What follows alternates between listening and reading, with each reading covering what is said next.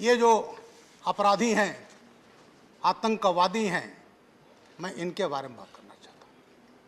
महोदय, मैं कुछ घटनाओं का जिक्र करना चाहूँगा और उसमें किस तरह से इस देश को टेरराइज किया गया। मैं उत्तर प्रदेश में सेवा में था। 23 नवंबर 2007 को कचहरी में ब्लास्ट हुए। लखनऊ, अयोध्या और बनारस मारे गए 1.5 दर्जन लोग। और उसके बाद जब ये घटना हुई उसके 2 मिनट पहले टेरर मेल आया मीडिया को, हम ब्लास्ट करने जा रहे हैं, जो करना हो कर लो। और उस टेरर मेल में ये भी कहा गया कि हमने श्रमजीवी ब्लास्ट किया है, हमने दिल्ली ब्लास्ट किया है, सरोजनी नगर ब्लास्ट किया है। उसी घटना में और बॉम्बे में सीरियल ब्लास्ट हुआ था 11 जुलाई 2006, जिसमें 209 लोग मारे गए थे। महोदय, ये ऐसी घटना थी जिसने हिला कर रख दिया था। और वो टेरर मेल लिखित में आया और उससे पूरे देश को हिलाने का प्रयास किया गया। अभी मैं अपने कुछ मित्रों का सुन रहा था और ये कहा जा रहा था कि साहब इसका मिसयूज होगा। महोदय, उस पार्टी को कहने का हक नहीं है जो आतंकवादियों के 15 केसेज उत्तर प्रदेश में वापस लेती है। कोई हक नहीं है उनको कहने का। महोदय, मैं उसका भुक्तभोगी हूँ, आज पार्लियामेंट में खड़ा हूँ। मैंने कभी नहीं सोचा था कि मुझे मौका मिलेगा, लेकिन आज मौका मिलेगा। आज मैं बोलूँगा उस पर और तथ्यों पर बोलूँगा। महोदय, उस कचहरी ब्लास्ट केस में हमने गिरफ्तार किया आतंकवादी। 18 मई 2013 को वो आतंकवादी लखनऊ से गए थे फैजाबाद। कोर्ट्स में ट्रायल के बाद लौट रहे थे, एक को लू लग गई। खालिद मुजाहिद हुजी का आतंकवादी, और बाराबंकी आते आते डेथ हो गई। मैं उस समय डायरेक्टर जनरल सिविल डिफेंस था, डीजीपी के पद से हटा दिया गया था और उस पार्टी में समाजवादी पार्टी की सरकार थी। मेरे खिलाफ बाराबंकी कोतवाली में 19 मई 2013 को मर्डर का मुकदमा कायम किया गया था मेरे खिलाफ। और मेरे साथ जो डीजी थे रिटायर्ड विक्रम सिंह, जी हाँ, ये जरा सुनने का मादा भी रखिए साहब। और वो जो मुकदमा कायम किया गया, जेल भेजने का प्रयास किया गया मुझे। क्या था? तुष्टीकरण के राजनीति, ब्रजलाल को जेल भेज दो तो एक पर्टिकुलर कम्युनिटी का वोट पूरा मिल जाएगा। ये चीजें हुई। और वो पार्टी जिसने सीआरपी केस हुआ था, वो घटना मैं ही था उस समय प्रदेश का ADG law and order. Rampur CRPF पर हमारे 7 जवान मारे गए थे। 31 दिसंबर बटे 1 जनवरी 2008 की रात में हुआ था। AK-47 से हमला हुआ था और हमारे ही निर्देशन में इंडिया कमांडर लश्कर तोयबा का हाफिज सईद का मैं लाया था। दोनों पाकिस्तानी फिदाइन, मोहम्मद फारूक, इमरान, लोकल मैन, और ला करके हमने चार्जशीट लगाई। RDX मिला, AK-47 मिला। और वो जो समाजवादी पार्टी सरकार आई तो उस केस को भी वापस लिया गया। मैं हाई कोर्ट इलाहाबाद को मैं सलाम करता हूं। हाई कोर्ट ने जानते क्या कहा था? महोदय, आप कौन होते हैं केस वापस लेने वाले? आप कौन कह रहे हैं कि निर्दोष है? दोषी और निर्दोष तय करेगा कोर्ट। और इलाहाबाद हाई कोर्ट का एक कमेंट था कि आज आप केस वापस ले रहे हो, कल को उनको पद्म विभूषण दे दोगे। ये इलाहाबाद हाई कोर्ट का था। और वो सीआरपीएफ अटैक का केस जो सरकार ने वापस लिया था, उसमें 4 को फांसी की सजा हो गई, 1 को आजीवन कारावास हो गया, 1 को 10 साल से। तो महोदय, ये जो बात करते हैं कि दुरुपयोग होगा, फला होगा, इनको ये दुरुपयोग और सदुपयोग कहने का कोई हक नहीं है। तो ये जो टेक्नोलॉजी बढ़ी तो ऐसे उसकी ज़रूरत थी। क्योंकि अभी मैं देख रहा था, एक साहब ने कहा कि बड़ा दुरुपयोग होगा दिल्ली के। महोदय, इसमें कुछ ऐसी पार्टियां हैं जिन्होंने याकूब मेमन और अफजल गुरु को फांसी जब सजा दी गई तो उस फांसी को सजा को रोकने के लिए रात में सुप्रीम कोर्ट का दरवाजा खटखटाया गया। वो पार्टियां आज का कह रही हैं दुरुपयोग होगा। फांसी की सजा जिसको सुप्रीम कोर्ट से हो चुकी है, जो लटकने जा रहा है और उसके पक्ष में खड़े हैं। टुकड़े टुकड़े गैंग को सपोर्ट करने वाले। अफजल, हम शर्मिंदा हैं, तेरे कातिल जिंदा हैं। सुप्रीम कोर्ट ने निर्णय दिया इस पार्लियामेंट पर अटैक का महोदय, और पार्लियामेंट अटैक के जब होता है उस मुलजिम को सजा होती है, तो ये पार्टियां तमाम ऐसी हैं जो दस्तखत करके रात में सुप्रीम कोर्ट का दरवाजा खटखटाया गया था उनको छुड़वाने के लिए। इसलिए महोदय, ये जो कहा गया दुरुपयोग होगा, ये दुरुपयोग नहीं, वो पार्टियां बोल रही हैं जो हमेशा इसका दुरुपयोग करती रही। महोदय, एक एक्ट था, हमने उसका काफी प्रयोग किया है, वो होता था टाडा, और टाडा नहीं होता तो आज पंजाब खालिस्तान होता। महोदय, मैंने वो भी आतंकवाद झेले हैं, ऐसे जिले में था।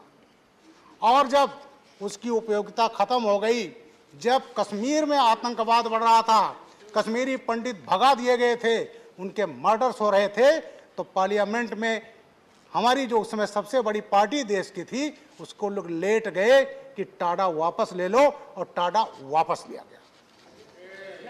हमारे पूर्व प्रधानमंत्री अटल बिहारी वाजपेयी जी, वो जब आए तो क्या लाए? पोटा, प्रिवेंशन ऑफ टेररिज्म एक्ट, और उसको भी 2004 में वापस लिया गया। अभी मैं सुन रहा था हमारे एक मित्र आरजेडी के, वो कह रहे थे साहब दुरुपयोग होगा। अरे वो पार्टी बोल रही है जिसने गोधरा दंगे को दूसरा रूप दे दिया था, उसका परिदृश्य बदल दिया था। महोदय, 27 फरवरी 2002 Sabarmati express, He is not yielding. Sabarmati, He is not yielding. He is not yielding. Please. मैं फैक्ट पर बोल रहा हूँ, Not yielding. मैं Not फैक्ट पर yielding. बोल रहा हूँ, Please. फैक्ट पर बोल रहा हूँ। Please. 27 December 2002 Please. गोधरा में ट्रेन गई, Sabarmati express, coach number S6। माननीय लोग और हिंट करेंगे तो मैं दूंगा, कोच वो हिंट करेंगे तो मैं नंबर दूंगा। Please please. और महोदय, उसमें जला दिया Honorable गया member, पेट्रोल से if he yields, then I will give. He has 59 to Ram yield. भक्तों को जला दिया गया। प्लीज। यस महोदय, उसके बाद एक रेल मंत्री हुए उन्हीं की बात 2004 रिकॉर्ड पे में, जा रही है। प्लीज आरजेडी के थे, उन्होंने after him I will give, after him I will give. UC Banerjee आयोग बनाया। You cannot force UC chair to Banerjee, give. और Let उस him speak, I will give him आयोग opportunity. से Let him finish his 17 speech. जनवरी 2015 को, 17 जनवरी उनके 2015 बोल लेने के बाद मैं कह रहा हूँ कि अवसर रिपोर्ट दूंगा, अभी वो दिखाई। बोल रहे हैं। प्लीज। और वो रिपोर्ट क्या था कि साहब Please. ये आग तो एक्सीडेंटल है, आग ये लगाई नहीं गई है। Nothing आग will go on लग गई record है। except his speech. उसमें साधु लोग थे, चिलम पी रहे थे, उसको अहमदाबाद हाईकोर्ट ने रोक दिया, पार्लियामेंट में पेश नहीं हो पाया, और वो अल्टीमेटली उस केस में गोधरा में फांसी की सजा हुई। और आज हम Let him finish his speech. I have told you, Jhaji, I will give you.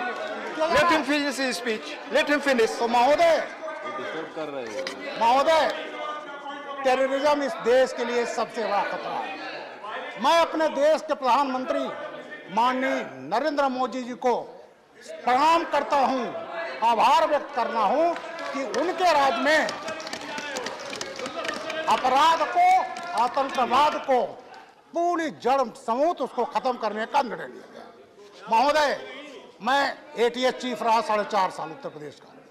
महोदय, यहाँ पर इंडियन मुजाहिदीन, उन्होंने क्या किया था, फंडिंग करने के लिए यहाँ व्यापारियों के अपहरण किए गए थे, आतंकवाद के फंडिंग करने। जो मेंबर है महोदय, 2 घटना का मैं जिक्र करना चाहूंगा। 12 नवंबर 2000 को राजकोट से भास्कर तारिक परेशान की किडनैपिंग की गई, करोड़ों रुपए लिए गए, और उसको इंडियन मुजाहिदीन की फंडिंग हुई। 25 जुलाई 2001 को किडनैपिंग हुआ पार्थो प्रतिम राय बर्मन, खादिम सूज के मालिक थे। महोदय, उनका किडनैपिंग हुआ, रैंसम के लिए हैदराबाद में हवाला से 3 करोड़ 75 लाख ले लिए गए थे, और उस 3 करोड़ 75 लाख में से $1 लाख पाकिस्तान के आतंकवादी मोहम्मद सईद शेख, हाफिज सईद का गुर्गा, उस $1 लाख भेजा गया था मोहम्मद अत्ता ऑफ इजिप्ट, अल कायदा का, जिसने अमेरिका के ट्विन टावर पर हमला करके ध्वस्त कर दिया गया था।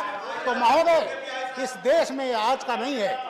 आतंकवादी जो किडनैपिंग के लिए फंडिंग होते हैं, आतंकवाद हुआ, अहमदाबाद ब्लास्ट हुआ महोदय, मैं तो उस सब केस से जुड़ा हूं। कचहरी ब्लास्ट हुआ, संकट मोचन ब्लास्ट हुआ, शीतला घाट ब्लास्ट हुआ, जयपुर ब्लास्ट हुआ, दिल्ली ब्लास्ट हुआ, बटला हाउस हुआ। ये तमाम घटनाएं कांग्रेस के रिजिम में होती रही और आज को नहीं हो रही है, क्योंकि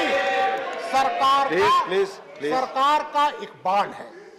और जब सरकार का इकबाल होता है तब ऐसी घटनाएं महोदय रुकती हैं। तो ये घटनाएं, और मैं जानना चाहूंगा, बटला हाउस जब हुआ, मैं एक पार्टी और कहूंगा, बंगाल की पार्टी, प्लीज जब बटला हाउस हुआ, MC शर्मा मारे गए, इंस्पेक्टर शर्मा, और 2 आतंकवादी मारे गए थे, आतिफ अमीन इंडियन मुजाहिदीन का नॉर्थ इंडिया कमांडर था महोदय, आजमगढ़ का। वो आजमगढ़ मॉड्यूल 25 लोग पाकिस्तान में ट्रेंड थे। आतिफ अमीन, मोहम्मद साजिद मारे गए थे, सैफ गिरफ्तार हुआ था। उसके बाद हंगामा मच गया, क्योंकि एक शहजाद था, उसको मैंने गिरफ्तार करके आजमगढ़ से दिया था, जिसको दिल्ली कोर्ट ने आजम कारावास की सजा दे दी। और ऐसे केसेस में आंसू बहाए जा रहे थे। 15 मिनट का समय पार्टी ने दिया था आजमगढ़ को, हमारे कांग्रेस के नेता, 15 मिनट का समय दिया था आपका।